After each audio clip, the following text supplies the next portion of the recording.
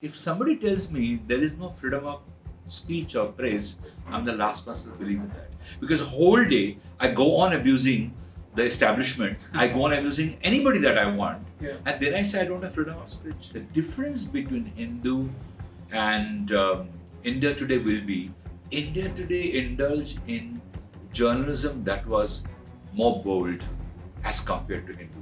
Media was always corrupt. It's the degree that probably varies with time. As the stakes go higher, the price goes higher. That's it. Nobody calls Rahul Gandhi Pappu anymore. But for some time, it was used against him so much.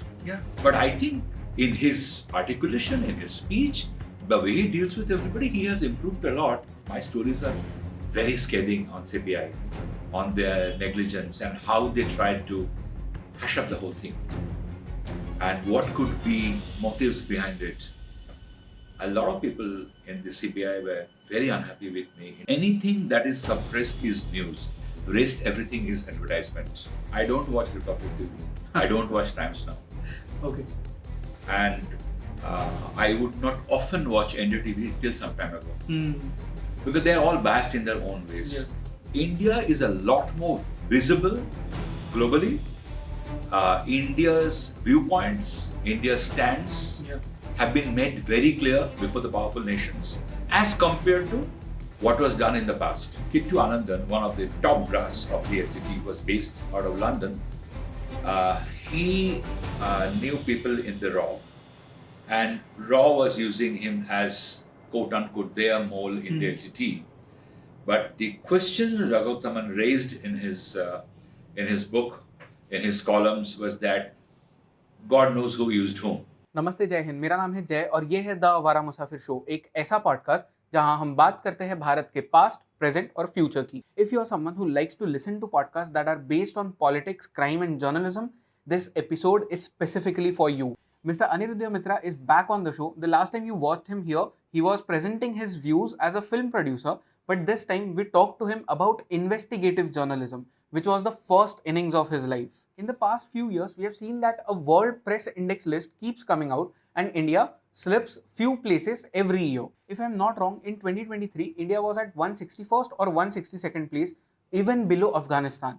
But how much of that is true? Is India really that bad when it comes to freedom of press? We posed the same question to Mr. Anirudhya Mitra and he had some very interesting answers. As an investigative journalist, Mr. Anirudhya Mitra worked on a really interesting case which was of the assassination of Mr. Rajiv Gandhi. While working on this story, on one hand, he was chasing the security agencies and on the other hand, he was connecting the dots of how this assassination really happened.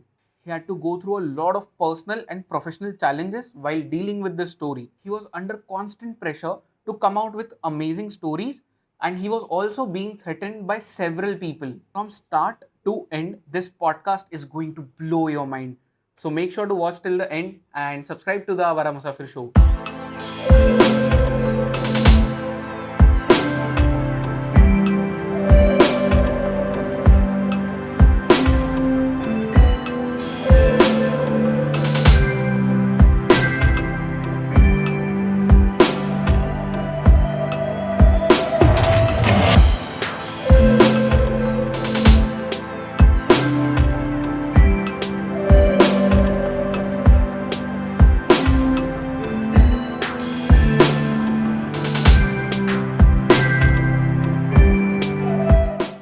Those were the days when the untold scandal was broken by Arun Shourie. MG Akbar was to speak.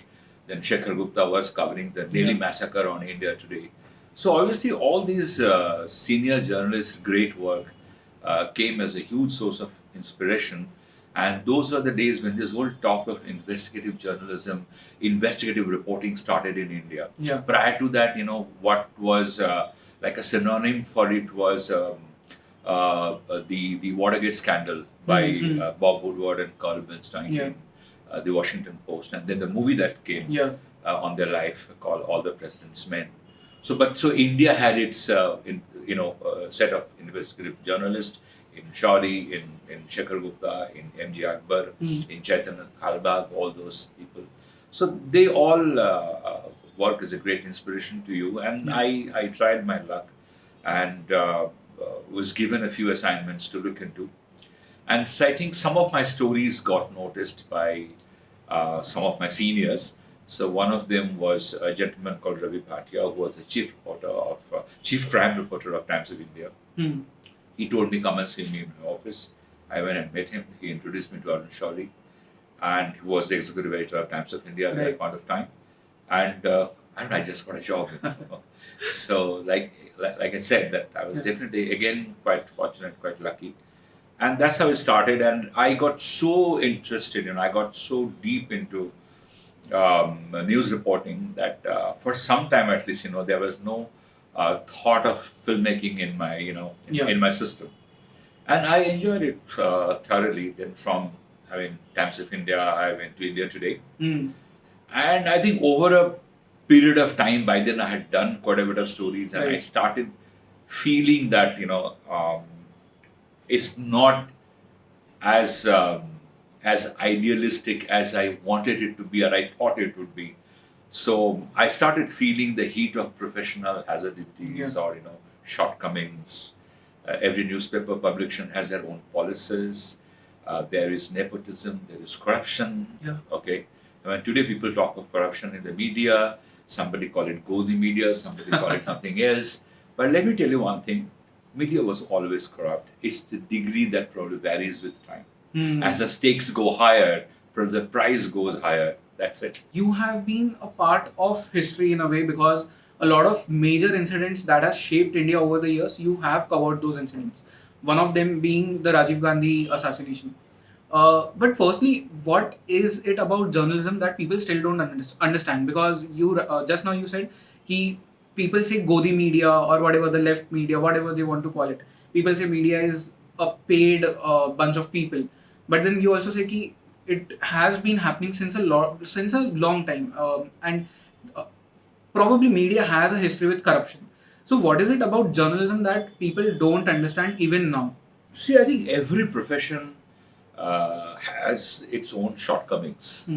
And if we look at corruption or favoritism, it's there across. Okay?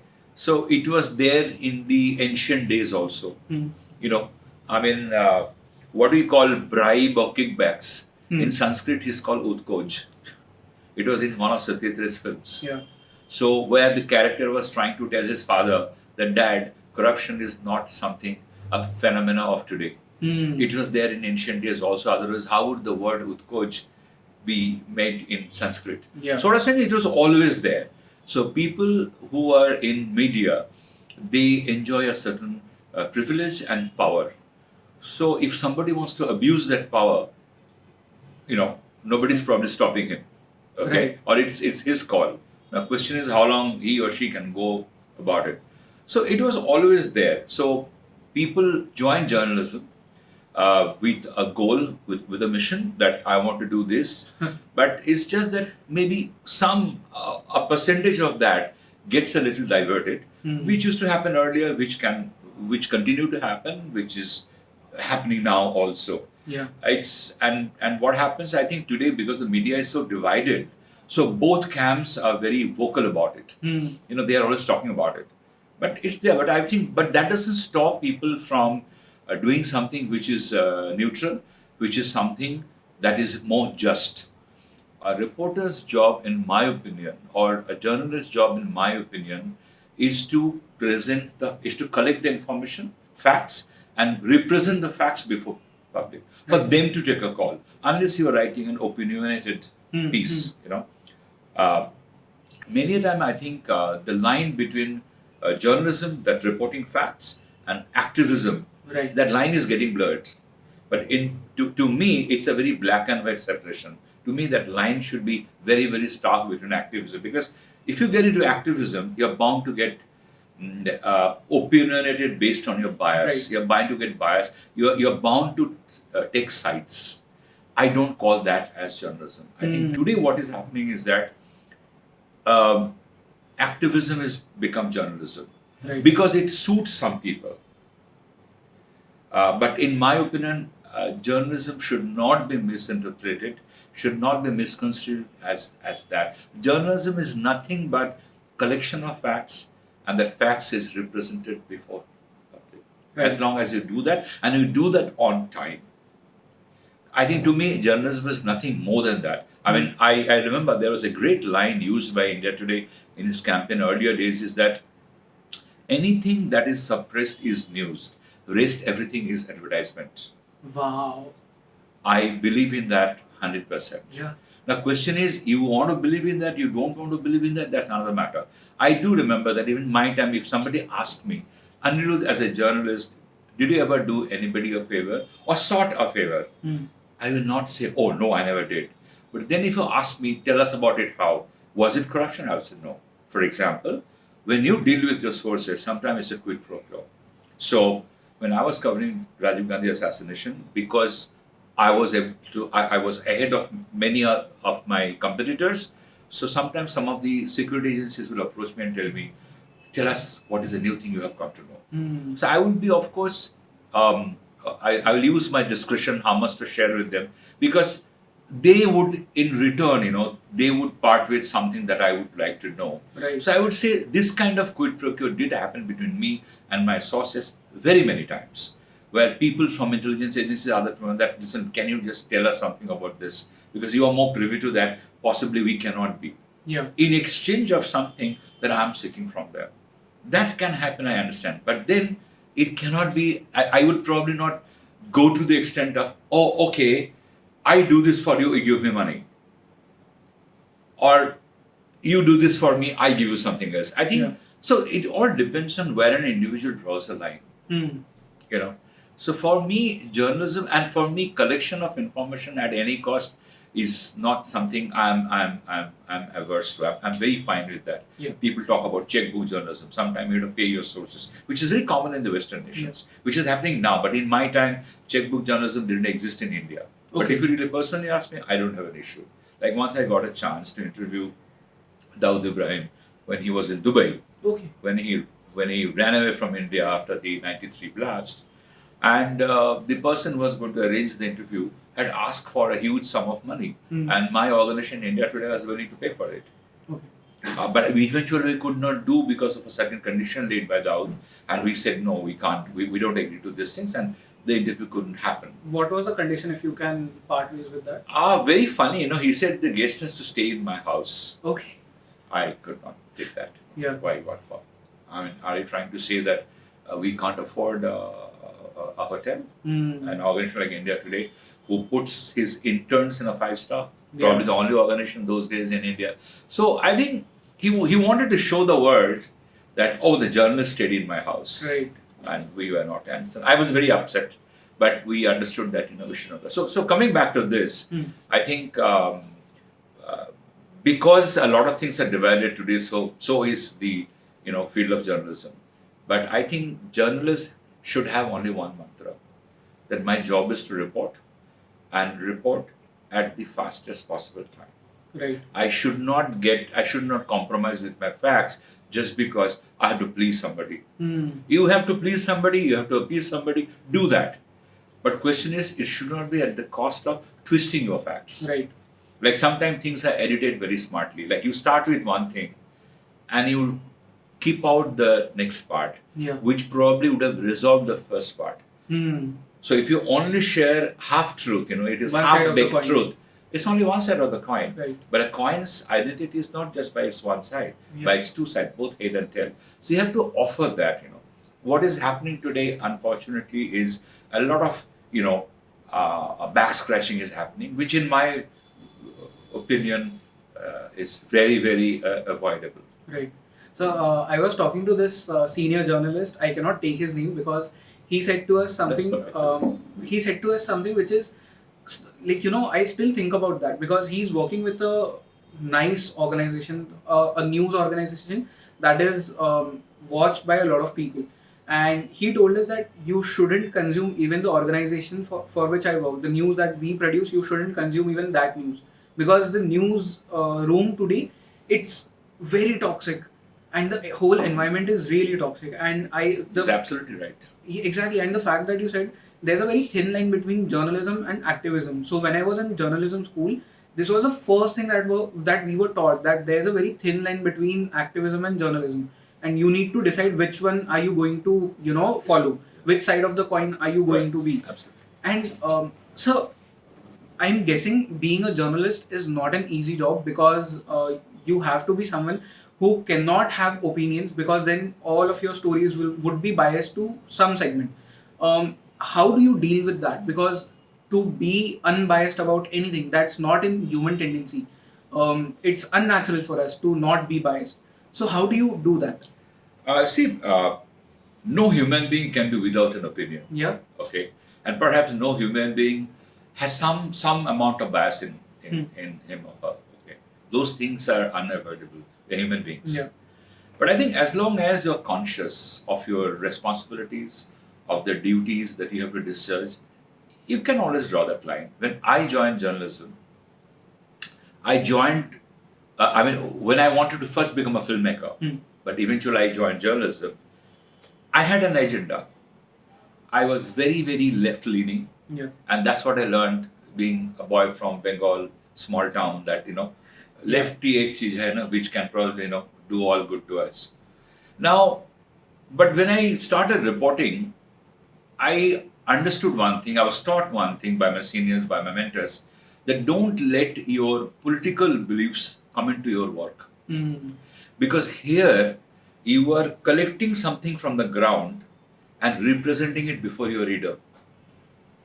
So you should have the nose for news. Yeah. You should understand when somebody is trying to manipulate you with an information, so that you ask that person questions in such a way so that he cannot manipulate you, number one, and number two, always get your facts cross-checked by independent sources, so that what you eventually offer your reader is factually correct.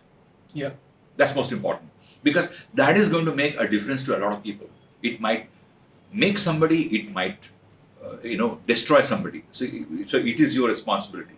So despite having very strong left-leaning beliefs those days, I never let that come into my work. And I remember when I joined Times of India, somebody told me very categorically that, do you know the difference between activism and reporting?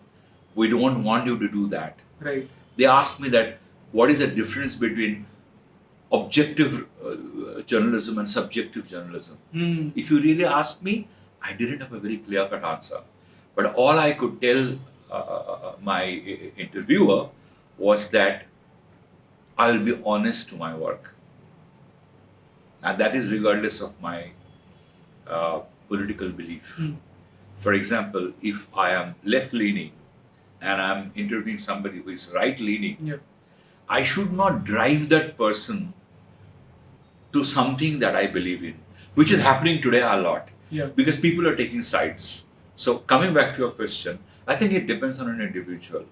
Whatever maybe your personal beliefs are, in journalism, to retain your objectivity or to follow objectivity, you just do what you're supposed to do. Without your personal baggages come on the way. Yeah.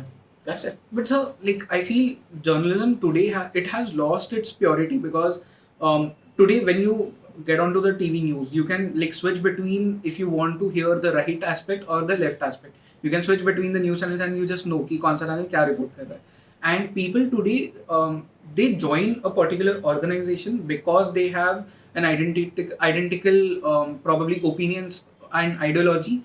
How do you think we can solve this? Because today the journalism that we see, it's a messed up thing. And when you turn on your TV channels at 9 p.m. debate, it's just shouting. There's no information. It's just TRP and shouting happening. So how do you think people can consume better news these days? It depends on the people, what they want to consume. I don't watch Republic TV. I don't watch Times Now. Okay. And I would not often watch NDTV till some time ago. Because they are all biased in their own ways. I may not like a few anchors in India Today, and I may like a few anchors in India Today also. But still, to me, that's a more balanced channel among many others. So what I'm trying to say, I have nothing personal against any of those channels. In fact, some of those channels are run by people today who were kind of, like interns and trainees in front of me when they began their career in the organization I worked for. Right. My issue with the content of those channels is because I can see that they are refusing to follow the path of objectivity. They are always doing something which is part of an agenda, which is part of a larger game plan. Right. That is not journalism, according to me. You know, in today's environment, when you ask somebody a question, because that person is unable to give you, can't afford to give you the right answer, they never answer your question. Do you see a political ever answering a question to a news anchor on a channel? No, they just go and talk what they want to talk. Right. It just makes no sense. But if that is what people want to watch, if they think that no, I want a particular kind of kanda bhajia, you know, it is at the end of the day a choice of that person. My younger son, who is into media, he's on the marketing side, you know. So he started his career he studied from Australian University. He returned to India. He started his career with Republic TV. Yeah. So very soon one day I asked him, I said that, look, whatever you may sell, which is created in your office, I hope that does not influence your thought process. He says, Dad, I will make sure it doesn't happen. I said, whatever your beliefs are, but your channel is very clearly biased. Right. So let that not influence your thought process. Your thought process should be you. And then if you think that that is what I want to do, that's my conscious choice, it's up to you. Yeah. But I will not do that. Yeah. Like offers came to me about with huge money, that if you can make some nice video clips, there's big money from that. I said, I understood, you know, if there is big money for making some video clips, so what is the hidden agenda? Yeah. The hidden agenda was to sell half-baked truth. Matlab ki Rahul Gandhi has said something in Gujarat, say somewhere else, you make that in Gujarat during Gujarat election time because the background is not very clear. Right. It's possible. And same thing happens with something, say with Mr. Modi or whoever for that matter. So what I'm saying is that I said, no, I can't do that.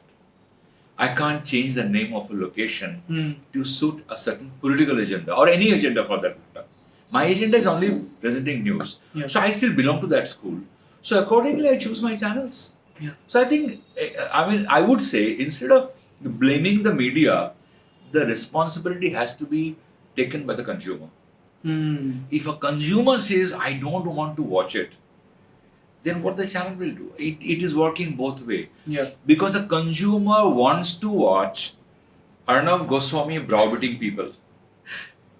We can't do anything. I mean, I have seen during demonetization time, a lot of people are standing in the queue to exchange their old notes, standing in queue outside banks. And a very, very senior journalist is trying his best to get something out of them, that what kind of harassment are they going through and what a wrong decision is this. Right. He was driving them to say that, and one of them said, hello, please don't put your agenda into our mouth. So, I mean, and he's a celebrated journalist of this country. So what I'm saying is, at the end of the day, how that person took a stand, a few of them standing in the queue, that please don't put your agenda into our mouth. We will say what we want to say. Maybe some people standing in the queue and say it's a big headache. We didn't want this. And some says, no, I think if it is good for the country, we'll go through this quote-unquote harassment. Of course, it was a hassle. No doubt about it. Yeah. Some elderly people died under the heat. So I'm saying that it depends on, it is the choices you make, Jaish. Yeah. It depends on that. Right. We make our choices. So I would say that I would put the onus more on the consumer. And So, but what do you do? Like, I want to come back to the biases wala topic again in some time. But there's this saying, pen is mightier than sword. Yeah. But what do you do when people are trying to write their words through the blood that is splattered on the sword? In these days, journalism and media is used as a weapon because each side has their own organizations who are like basically mouthpiece of two sides. So how do you deal with that?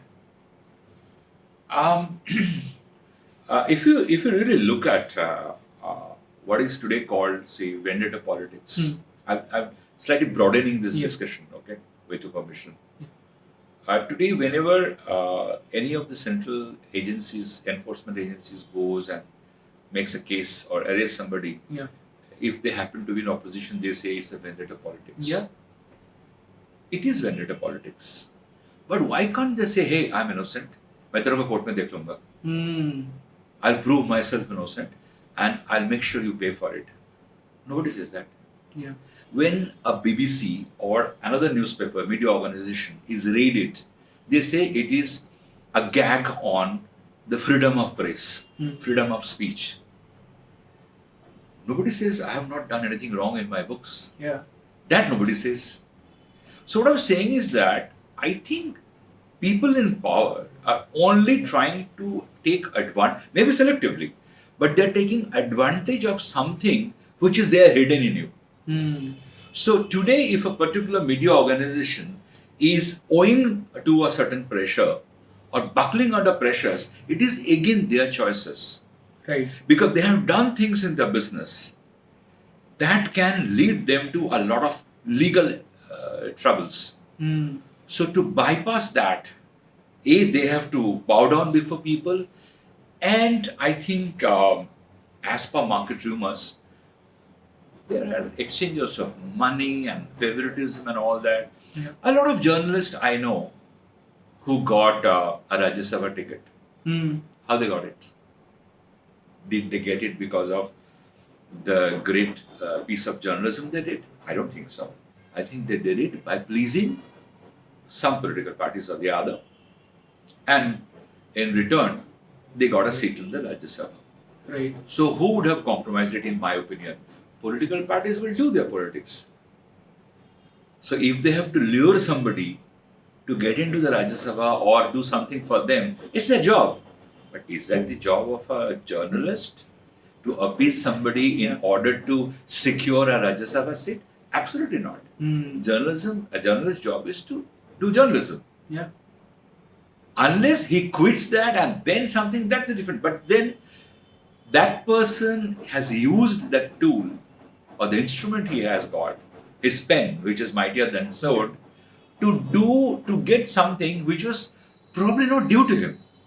So when you are expecting something out of dues, you have to do something out of the way. So you talked about freedom of press, freedom of speech. Few days back, the list again came out, and India was below Afghanistan. It was, I think, so on 163rd spot. What do you think about that? I don't believe in that. I think they're all very biased. Yeah. I'll put it like this. If the talk of freedom of press is there around us, is prevalent in India today, it is legit. But if somebody tells me there is no freedom of speech or press, I'm the last person to believe in that. Because whole day I go on abusing the establishment, I go on abusing anybody that I want, and then I say I don't have freedom of speech. Right. There is a lot of politics about it, around it, no doubt about it. And it's not that there is no element of dictatorship or authoritarianism in India today. It is all there. Yeah. I think the current dispensation only wants things in its own way. But there is enough voices of dissent against it. I personally don't think. Otherwise, how do you go about this? I mean, just because some of your words are expunged from the parliament cannot tantamount to no freedom of speech. Right. Because you say a lot outside the parliament. And it's not your speech which is, some of the words you use in your speech is getting expunged in the parliament. It happens to a lot of people. It happens during your time also. And let us not forget that the press bill was introduced in Rajiv Gandhi's government also. So I think everybody in politics just do the same thing, regardless of their political lineage. It's just that the degree varies. The more powerful you are, the more you try and do that. And I think it varies from individual to individual. And but this whole talk of freedom of speech not being there is something I don't believe in that at all. But so that's the problem, right? Because using this one thing that, oh, look at where India is on a position in this list, people are trying to tarnish the image of a whole country. It's not just one side of probably the coin or anything. It's the whole country. The image of whole country is being tarnished, because when you say that India on that list is below Afghanistan, it's like baffling for me. Afghanistan के नीचे कैसे हैं हम? But I don't know how many people believe in that, you know. It is all something, you know, it's like they say photo op. It is all something very momentary, you know. Right. You can create a bit of a buzz. I'll just give an example, you know, again, without absolutely any bias. I have to underline this, without any bias against anybody. For some time, there was this talk of some 20,000 crore coming to a business houses, Benami accounts. Whose is this money? It has come in account in Mauritius and all that. And every day that question will be asked till the current government has answered. Have you heard anything about that in the last 10 days? Yeah. Nobody talks about it anymore. So these are all momentary things you are trying to create. Something is popping up so that you are relevant. You remain in the news for 2 days, then you have to look for something new. Right. So I really don't know, you know, that if there is any credibility to any of this. So maybe for some days, some people who it suits, you know, they will tweet, they will talk about, oh, India is only 165th. What is this? Afghanistan हमारे से ऊपर है, हम उनके नीचे हैं. But if anyone who thinks that the economy of Bangladesh or Sri Lanka is stronger than me, or the freedom of press of a Taliban-run Afghanistan is higher than me, good luck to that person. I don't believe in them, and I don't think the world cares. Because the world will also see that the foreign minister of India can openly say in presence of the Chinese foreign minister, no, not all is good between the two countries, and it will not be good till the problem at the border has been solved. Right. This didn't happen before also. Yeah. So I was saying people can see both, you know. People can see both, in my opinion. So what I'm trying to say is that, so these are momentary things we get to know and we talk about it. That's it, you know. I mean, nobody calls Rahul Gandhi Pappu anymore. Yeah. But for some time it was used against him so much. Yeah. But I think in his articulation, in his speech, the way he deals with everybody, he has improved a lot. And at least I don't see anybody calling him a Pappu anymore. Yeah. Yeah. But it suited some people at some point of time. So they called him that, you know. I think it's... Yeah. Nobody pays... he has built his social image again. He has rebuilt that. Yeah. And in fact... It's all perception creation. You know? Exactly, yes. There's this, I forgot who the stand-up comedian was, but he made this piece on Rahul Gandhi's new image. He was like, कि तुमने दाढ़ी बढ़ा ली है, तुम तिलक वगैरह लगा रहे हो, बट तुमने ये नहीं देखा कि तुम्हारा कंपटीशन कौन है. वो ये चीजें पिछले कई सालों से करता आ रहा है. तो in that manner, he has still, you know, a long way to go, but a very different discussion which I want to touch upon before we move to the investigative journalism part.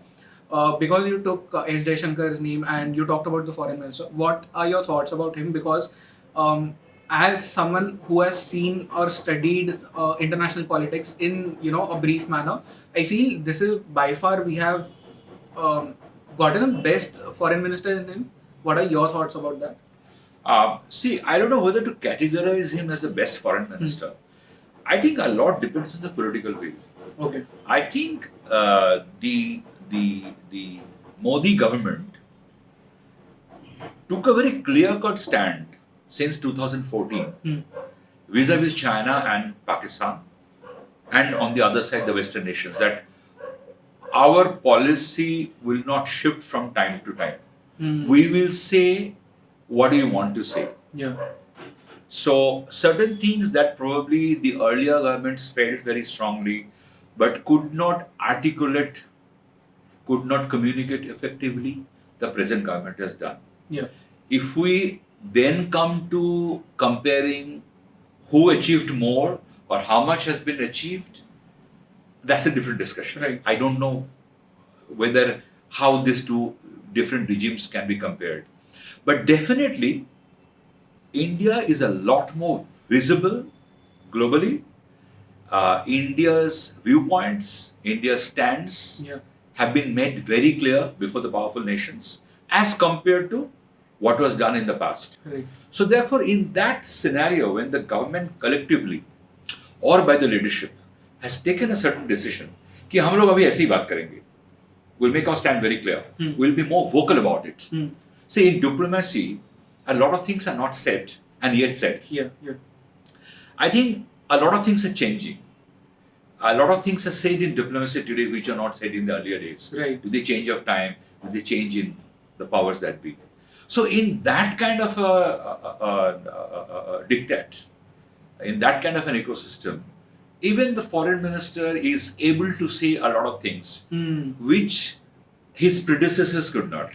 Right. So instead of commenting on an individual, he's a brilliant foreign minister, no doubt about it. But I would say that what probably he or a Sushma Swaraj could say, maybe some of their predecessors could not say as much because of the collective decision of the cabinet. So because we are a lot more vocal today, our policy is like that. So therefore, Jaishankar is able to say what he wants to say. Yeah. So let's talk about the investigative journalism part, Sure. and I want to start off this thing with the biases that we were talking about. Now, when you are an investigative journalist, your whole job is to find out what the truth is. No matter what opinions you have, what ideology you have to get to the truth. Does this happen in investigative journalism that probably when you are very close to the truth, there are people who are trying to shape your opinions?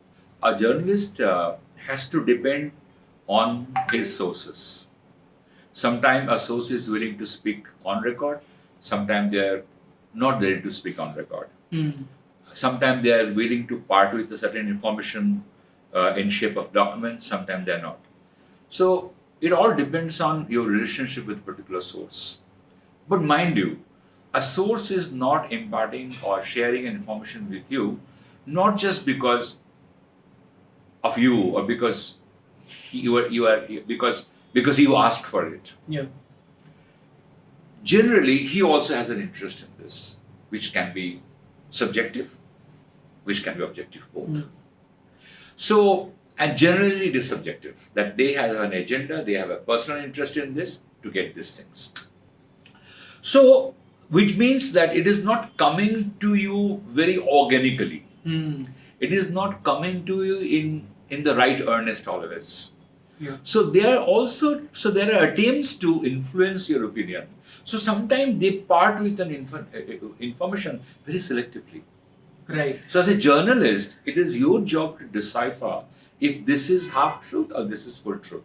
And if somebody is not cooperating with me with the full truth, how I can still go and get the rest of it to make my story more comprehensive, more balanced. So that both sides are presented very, very clearly. Like sometimes people may tell you that, yeah, I part with this information with you and you just go ahead like this. No, it depends on me, what I do with that information, because I am the journalist, I am the reporter. It's definitely my prerogative to go about it. I might give a lot more footage to somebody who you consider your detractor. Somebody you are trying to tarnish your image. I mean, somebody may give you some information about somebody, and when you go and talk to that somebody, you find that you have been manipulated.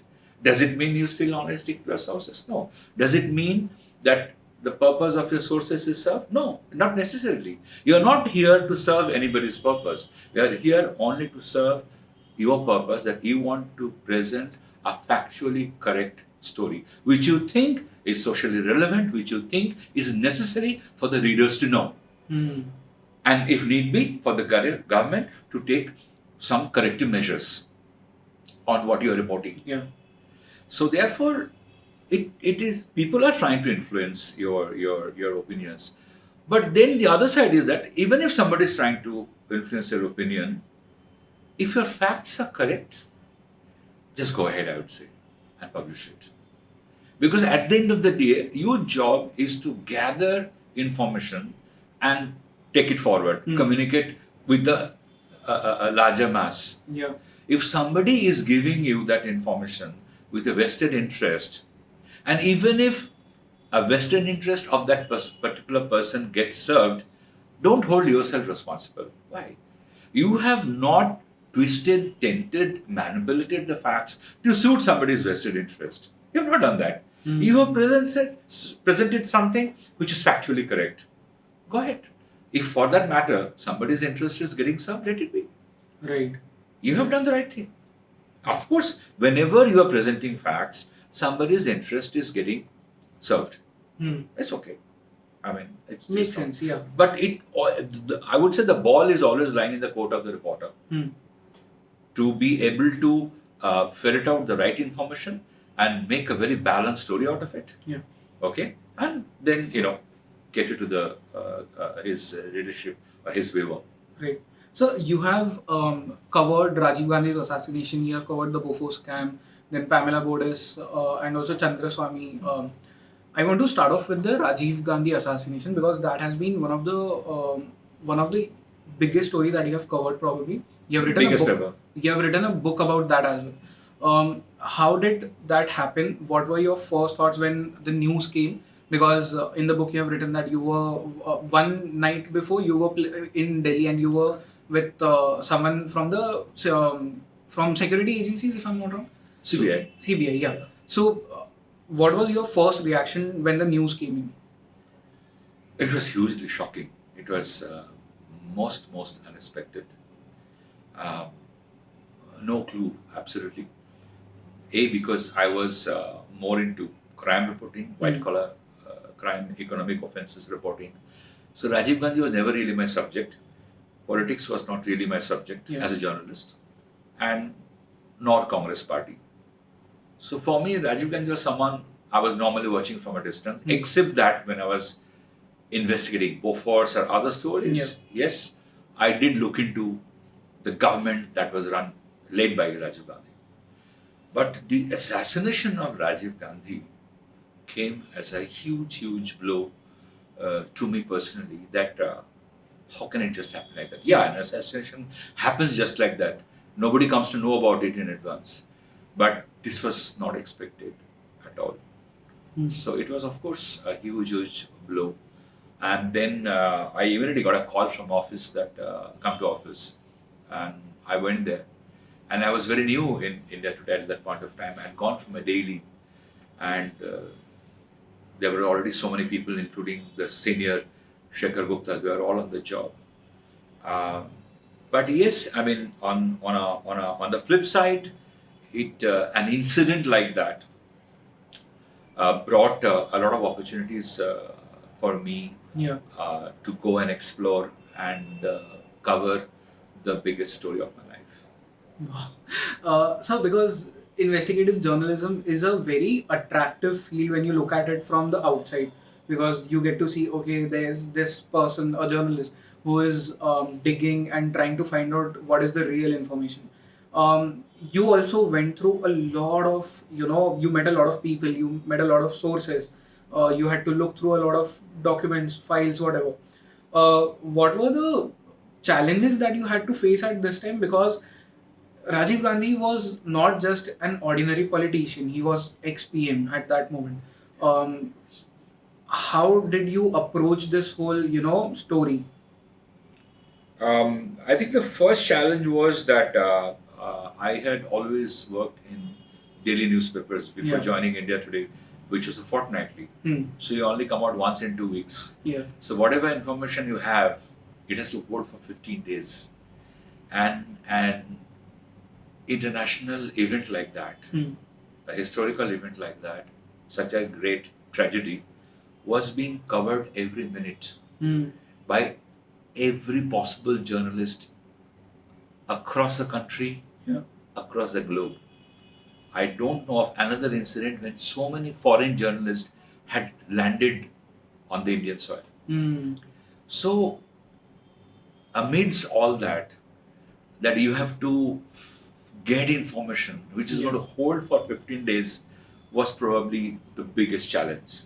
And mind you, it was a very evolving story. Whole lot of things are happening, every now and then, something or the other.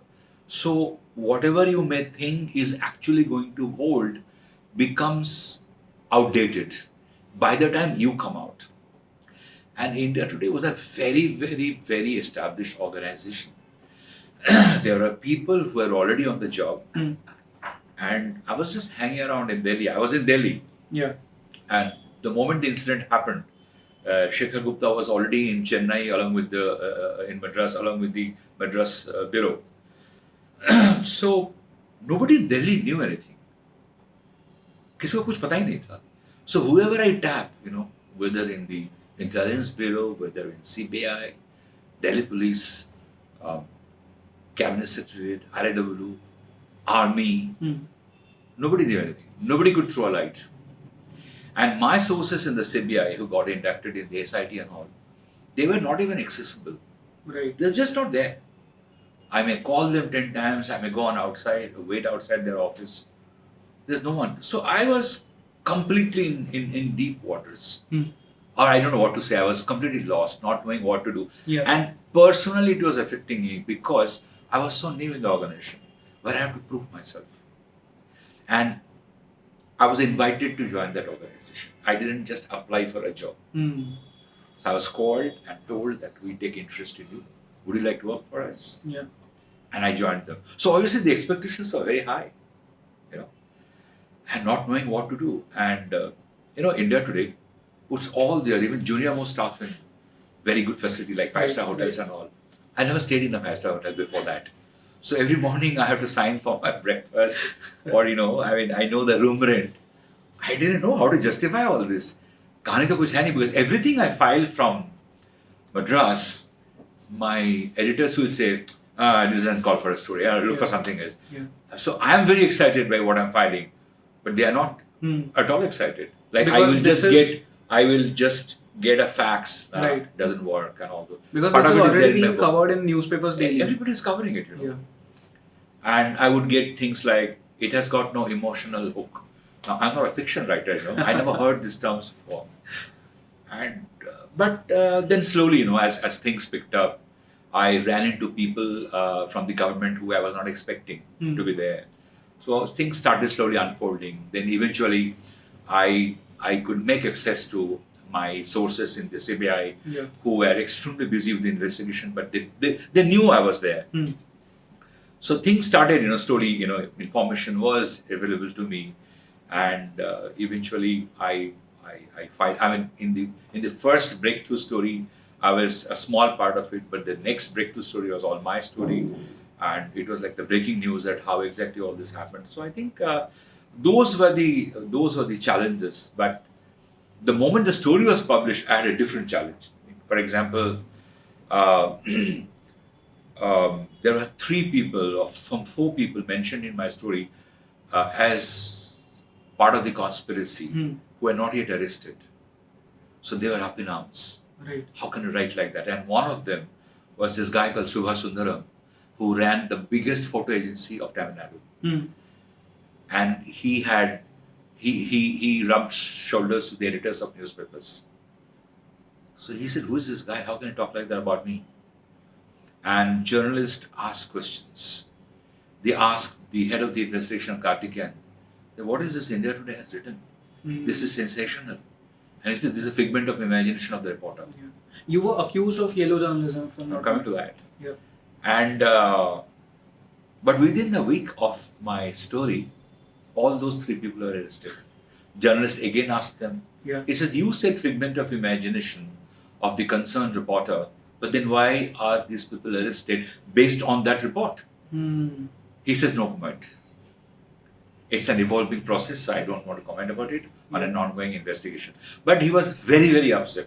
In my book, you will get a sense that I and Karthikeyan always enjoyed a very blow-hot, blow-cold relationship. Right. Okay, I have huge respect for him, but I had my own differences with him because we were all pursuing our own path, our own professional. Those are professional differences. Exactly. Nothing else. Nothing personal. Then, of all people, it was N. Ram who wrote in his column and accused me of YOLO journalism. And my editor called me Alpuri. He said, what is N. Ram has written? I said, well, I don't know. He said, have you read it? He said, yeah, of course I read it. He said, just a small thing before we continue the topic of yellow journalism. For those people who don't know what is yellow journalism, can you... Oh, yellow journalism is, I don't know the exact definition, I'm sorry, but basically when you create facts, when you cook up facts, concoct facts, twist facts to sensationalize it, that is called yellow journalism. Got it. So I was accused of yellow journalism and my editor said, come on, N. Ram cannot be doing this. I said, he has done it already. He said, but he must be having some basis. I said, I don't know. What is his basis? If he is saying that I have exaggerated my facts, then he is wrong. My facts are all correct. I stand by my facts. He said, but why would he need to do all this? I said, look, Arun, we have been ahead of them. Hindu is based in Madras. Yeah. Frontline was recently launched. As far as I knew it, they had some 22 people on the job of investigating Rajiv's assassination. Because it happened in their territory. Right. I go from Delhi all the way. So, and we have been ahead of them in the work so far, admittedly by them also. So he says, Anirudh, are you trying to say that he's jealous of you? I said, maybe. So Arun laughed. He says, okay. He called Shekhar Gupta and said, Shekhar, can you check with the sources in the CBI that we hope, nobody is going to issue a rejoinder to our story. Shekhar cross-checked with his source and he said that CBI completely stands by Anirudh's story. All kinds of things happened.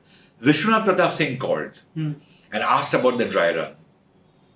Because nobody had heard of a dry run, Yeah. So when Vishwanath Pratap Singh called, Arun Puri called me. He said, come here. He said, he's on the line and he wants to talk. And so I said, yeah, namaskar. He said, ha, namaskar. So this has really happened? I said, yes, sir. Oh, you were there? I said, no, sir. But I was told by my sources. Okay. So I don't remember exactly this girl coming to me. I said, yeah, she went and almost like touched your feet. Okay. And it was a dress rehearsal. He said, first tell me what is dry run. He said, I have heard about dry runs, but not dry run in an assassination attempt. Yeah. So I समझाया सब Vishwanath Pratap Singh over the phone that this was the dry run. He said, so you mean she was carrying the, I said, it was like a dress rehearsal, sir. We do in 26 January parade, Republic Day parade. So, and he was wearing the vest also, the everything. He said, what? I said, yeah. He said, I said, and she switched on the bomb. He said, what are you saying? I said, yes, sir. She was wearing the vest without the explosives. But the two switches were there. Because one switch is to activate the system. Second switch is actually to detonate. So all this happened in your presence. But as a leader, he is looking ahead, no? He doesn't look at everybody. Yeah. He says, this is incredible. So what I'm saying, now, of course, but what I'm saying is that when somebody like Vishwanath Pratap Singh picks up the phone to call the editor of a news magazine, he said, kya chap raha hai? Then the people get, then somebody wrote that this is, I have fictionalized, I've written in such a manner as if I was sitting in the jungles of Jaffna. I was delighted, actually, if you really ask me, because it only confirmed how effective was our reporting, how effective was India Today in its job, I'd say. Because it is only those who did not get cried like that. I do have competitors who called me and told me, Anirudh, you have held the bull by its horn. And a lot of people, a lot of my seniors, they patted on my back. This is very good, but remember one thing, you have raised the bar, said keep it up. Yeah. You have to maintain it and don't get carried away by this initial success. It might disappear any moment. So you have to stick to it. That's how. And let me reveal one thing on your show. This talk of this dry run, it was a quid pro quo between me and some of the investigators. See, they had come to know about Vishwanath Pratap Singh's meeting, had witnessed this dry run, but there was no proof of it. Yeah. This proof was required. That he look dry run karte hain pehle before the actual incident. And dry run is nothing but what was done in the final incident. Now, who would have that recording of it as evidence? Because nobody was present from the CBI side. How do they know? And nobody knew there was a dry run going on. Yeah. So by giving me the information and my publishing it, everybody comes to know, including those cameramen who were present at the Right. witnessing rally and videographed it. So they will go back to their video recordings they will check it, Hmm. and then those video evidence will be available. Right. So that's a benefit of quid pro quo also, depending on that, how you approached it. Yeah. So I didn't know about it initially. So one day I was talking and I was told that, look, we want this part. I said, this is great information. And then after some time I was told that this is what we are trying to do. And for you, this is a very serious piece of information, but for us, it will help us get that footage. That footage will, and that's how they got that footage. So similarly, there were other issues also. I mean, for example, like how Sivarasan was sending lookalikes to different part of the state with a certain makeup, basically to confuse people. Why this information was leaked out? So that to alert people also immediately. I mean, at that stage, there was a debate between two sections in the SIT, whether we should leak this information or not. But because probably, the first main story happened with me, so they always chose me to part with that information. Again, basically, to see the response. So, those were challenges. I mean, challenges never cease to be there. And then after the first story, then all those things started happening. Like I'll get a call, nobody will speak, there will be silence, or somebody will put a small piece of note under the door, or somebody will follow my car, somebody will follow me if I'm taking a walk in the streets. And I've studied in Madras for 5 years, so I knew Madras quite well. My college was in Madras. I went from Delhi to Madras and came back. So all those things happened. But it was, I would say, it was fun. Like, I want to talk about the threat perception and the threats that you were facing. But before that, like, how were you ahead of the Hindu who had, like, their base was in Madras? So how are you ahead of them, because you were in Delhi, and to get that information there and then to fly from Delhi to Madras, it takes time, and still you were ahead of them. How did that happen? Or why did it happen? I think, like I said a while ago, that a journalist is what his sources are. So you already had sources in Madras? Some of the people I knew, I have been cultivating over the years, got inducted into the SIT. So the way they would trust me. For example, this whole dry run business, everything happened there. Even the dry run was taking place there. Vishwanath Pratap Singh's rally at Nandanam, along with Karunanidhi, happened in Tamil Nadu. But why the information was being given to somebody from outside Tamil Nadu? Right. Because of the mutual trust. So it was coming to me.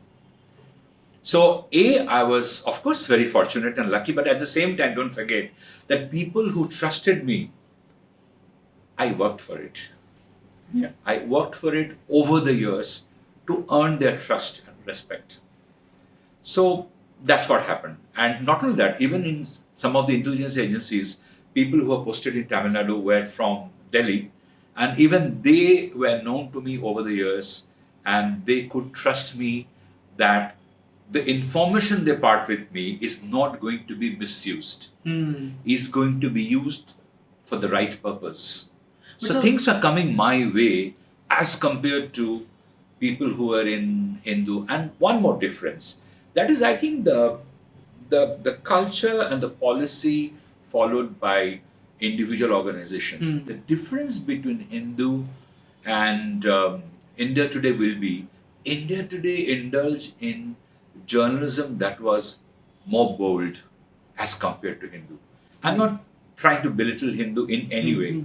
It's one of the best newspapers our country is okay, and will have. But it's just that Hindu will probably be a quote-unquote little more orthodox as compared to India Today. Right. Of course, in India Today, every single word has to be correct, has to be substantiated with some form of evidence, or you are 100% sure of your sources. That is there. That is sacrosanct in India Today. But still, I would say in India Today's approach, India today will take a bolder approach while writing a story Yeah. as compared to Hindu. At least those days. Got it. So what I wanted to know was when you're covering stories like this, you also have to face certain threats, be it from the perpetrators or from the investigating agencies as well, because you have your sources over there, but then they also know कि it's a journalist that you are giving information to, and if the information is used in a wrong manner to probably you might write about it in the correct manner, but then there are 1,000 other people who will take up that information and twist and turn the words. So what happens then? What is the threat perception of yours? Like, what is the threat that you are facing? Look, I think at that point of time, if there was any threat coming to me, it was only coming from the LTT side, no one else, because I was not writing anything that would really go against the government or the investigating agencies. No, it was rather talking about the progress they were making. Yes, at times, there were some comments probably, or some of my stories would factually present that the progress is less than desired. Yeah. But that's a fact, They were doing their job. They were trying their best. I'm doing my job. I'm trying my best, okay? Yeah. Without any inhibition, without any bias towards anybody. That they understood. Again, because of their trust in me, that they allowed me to accompany them in some of the raids, being privy to some of the interrogations, as compared to, I think, many other journalists. And but at the same time, towards after when one of the key witness, who was a smuggler called Shanmugam, died in CBI's custody, my stories are very scathing on CBI, on their negligence and how they tried to hush up the whole thing, and what could be motives behind it. A lot of people in the CBI were very unhappy with me, including some of the sources who I had cultivated over the years. But at the same time, they knew that I was not doing anything unprofessionally. That was your job. That was my job, which I was doing, just like how they were trying to justify their job. I'm also justifying my job, and because of the mutual respect that we enjoyed, we continued. But what to about try. threats from LTT? I guess the threat was only limited to some messages are being sent across to me. What were these messages? Messages like the first, which Murugan told me that we are revolutionaries, don't call us assassins. Now, obviously, I can't call them anything else. I can call them a rebel. Yeah. But now that they have assassinated this person, I have to call them an assassin. I can't. And the person who was assassinated is ex-PM of the Exactly. nation. So I can't stay away from that, number one. Other things were basically like once I was having dinner in the house of the Director General of Police, S. Ripal, another reporter from Hindu, his wife, the DGP's wife, and a family friend of theirs. And somebody jumped on the terrace of his house. Okay. Despite having security. He's a Director General of Police of Tamil Nadu State. He's the highest authority of police. Yeah. And there are so many security guards present at a time which was very sensitive. It's the post-assassination time. And he he swung into action. Okay. And this is South Indian food, right? So eating with hands, not a fork. So his hand was still wet with foods. He swung into action. He pulled a drawer, took a gun out. And by then some of his security guards were like up in arms by then. And what we heard was that thief, thief, thief. So their pronunciation is different, They call it thief. So I couldn't understand what is thief, thief. And I wanted to go out and see, and he he pulled me inside. He says, "Don't come out." Okay. And he shut the door, and his wife told me, "You better stay inside." And later on, it turned out that it was not a thief. It was not exactly an LTT cadre, but somebody was sent by the LTT, and that person had come, was caught with a grenade, but the grenade was empty.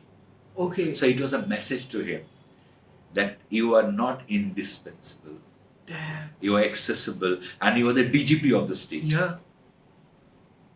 So his first request was that, Anirudh, purely in my personal capacity, I'm asking you, let this information not go out. And I think, except some of my personal friends, nobody ever heard this. I think you heard it Yeah. on a public platform. I respected that. I thought that in any case, I am catering to my newspaper, and my newspaper, I still need time. Hmm. You know, अभी भी कुछ 10 days still left, 10 दिन बाकी है cover छपने में. So I kind of swallowed the information. But now imagine something had happened that day. He was carrying a grenade that was active, Yeah. and he had succeeded. Something could have had happened. But I think, once you are in this profession, and once you have already traveled deep or gone deep into a subject that can generate threat, you really don't care. You really don't care in the sense that it does not influence you, and you retreat Hmm. or you take a few steps back. No, you may be more careful, for sure. Like, for example, if somebody is tailing me, or somebody is making me, those calls and not talking to me or issuing me a threat, I should bring it to the notice of the cops. I should tell my organization and all that. That should happen. Hmm. But what more? I still have to do what I have to do. So, in the Rajiv Gandhi assassination case, what kind of information did you find out that was, very shocking for you? Like, you never thought about something and that actually happened. Was there anything like that? The Home Secretary of Tamil Nadu State, Nagarajan, who was eventually jailed for conniving with LTT, Sivarasan, had killed one of the Tamil leaders, APRLF leader, Padmanabha, exactly a year before he killed Rajiv Gandhi. Okay. Right. So, in that case, that whole operation happened, and they were able to escape the scene of crime and eventually the state and go back to Jaffna with the help of Tamil Nadu police under the supervision of the Home Secretary of the state. That level. Yeah. And he went to jail because of that. When I went and met him in jail, he did know where I was coming from, what kind of question I was asking. He was trying to avoid. But because he's already in jail and things have been, he has been charge sheeted, things have been proven. So he did not do anything outrageous or did not do anything desperately, either to avoid me or to dissuade me, something like that. But on similar charges, I met a very senior IPS officer, almost as senior as Nagarajan, who was likely to be the future Director General of Police of the state. I went and asked him some questions, and he told me to get out of his house. He told me, who sent you? He asked me. He told me that I am playing in the hands of some people. He told me that some people are using me against him. And I was shocked and I was quite disturbed. But of course I trusted my sources. But I was definitely disturbed. But next morning, when I woke up in the hotel, the first thing I'll do is I'll go and open the door and I'll take the newspaper around 5:30 or 6 in the morning, Hindu, and I opened and the front page showed that particular police officer I met the previous day, he shot himself. What? And what was Now, the reason? it only proves that nobody had used me. Yeah. Or if somebody had used me, I don't know. But my information was correct, something he could not handle. And he knew that his fate was going to be like Nagarajan. And he killed himself. I think that was probably the most shocking thing that I had experienced during it's one of the most shocking things of my life. Wow. That I go and meet somebody and he becomes so agitated And next day he kills himself. So I was very disturbed. I called my wife immediately. She was still asleep. And I woke her up and I said something like this has happened. Then I called my editors. And I think most of the people I called, they were still asleep. Because I made all these calls in the next 10 minutes. You know, and it was something extremely shocking. No doubt about it. So, what happened after, like, you published your stories? What was the reaction of people? What kind of conclusion, you could bring out from these stories? I think it was very positive because people felt that India Today was always ahead of its rival publications or other publications. India Today was always breaking stories on various aspects of the investigation, whether LTT's foreign links, whether LTT's penetration into various agencies in India, all that. So I think general response was people are really looking forward. I think the sales circulation of India Today went up at that point of time. The response from government agencies were very good. I think I was congratulated a couple of times that keep up the good work. To be honest with you, it's not that I was doing something extraordinary. I think what happens is you get into an inertia. आपका शुरुआत अच्छा बन जाना. Sometimes, like you say, that if the two openers give you a good beginning, good, say about 50 partnership, then rest of the people follow. So I think that is something like that was happening also. So this partnership was you and Shekhar Gupta being on the forefront? No, it was always me. Okay. If you go back in India Today, after the first story which was done by Shekhar Gupta and team, after that it was always me. Okay. And when Sivarasan he shot himself dead, it was me and Sarita Rai, the then Bangalore correspondent. One story was done by Prakash Swamy and me. Otherwise, all the stories were done individually by me. Because I was always deputed, assigned for that task. And it created some heartburn in the Madras Bureau that why somebody is coming from Delhi all the way. But I think it all happened because of the sources who trusted me. And it was not going to be possible for them to be able to access that kind of information because they would not know each other. And like I said, the people who parted with that kind of information with me, I knew them for over 10, 12 years. Right. So general response was always good. So the conclusion of it was, I think, was that if you are after something, with all your perseverance, you can possibly get hold of it. Yeah. But sir, this was one of those incidents which was a big failure for the security agencies in the nation. And in certain ways, yes, not in every possible way, because in the process of the investigation, CBI might have lost a few cadres who took the cyanide pill, the mastermind who shot himself. Yes, all that happened. But, in this whole process, the sleuths were also able to completely destroy the support base that the LTT was able to create with the help of local governments, unfortunately, over decades. And that all got destroyed over a period of time. So this, for me, this failure of security agency was the assassination of Rajiv Gandhi. And we were talking before the podcast about the RNDW chief who never believed that it was an LTT job. Can you talk about that? Because this is something which people need to know. Yeah, what happened was when the assassination happened, I think it happened at 10:20 at night on the 21st of May, which was like election time, isn't it?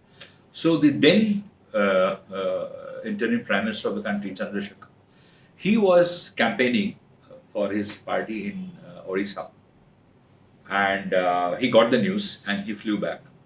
He returned to Delhi by about 2:30 in the morning. And he called a cabinet committee on political affairs, CCPA meeting, by about 5:30 or 6 in the morning. And all the security agencies' heads dropped in. CBI, IB, RAW, Joint Intelligence Committee, Ministry of Home, Minister of Law, all that. They were all there.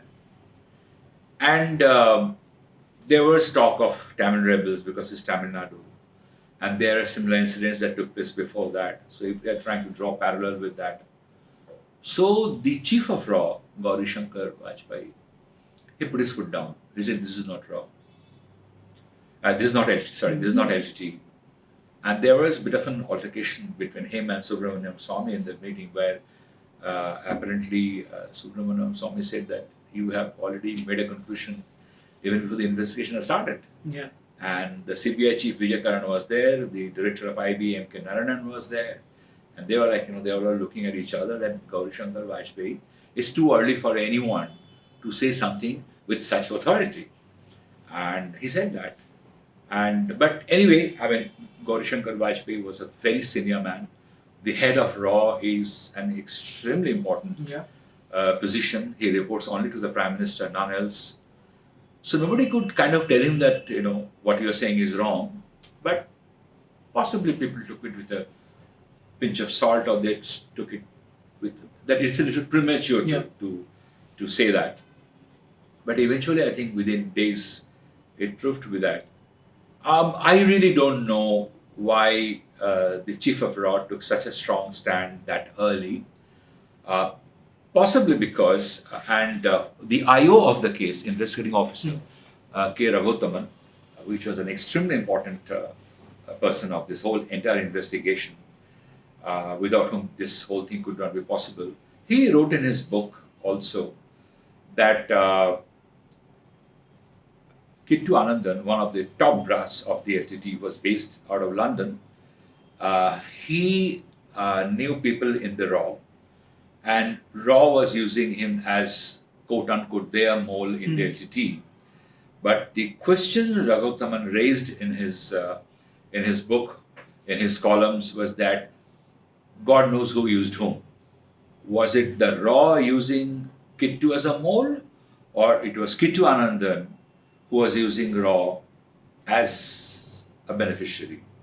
So it was something very, very controversial. We don't know what is really the truth. At least I don't know. But one thing is for sure, that RAW was sadly mistaken to suggest that early that it cannot be the LTT. There was no need, in my opinion, for RAW to come up with such a profound statement, which was only belied in the next few days. Shouldn't have happened. Why it happened, how RAW failed to read it so miserably, I don't know. But in my book, I have given, quoted out of an interview with one of the very senior RAW official, Mr. B. Raman, who is one of the most decorated officers of the RAW in his history, who had insisted in his reports that the threat perceptibility on Rajiv Gandhi from the Tamil rebels, tigers, Sri Lankan tigers, will be its highest when he is not in power.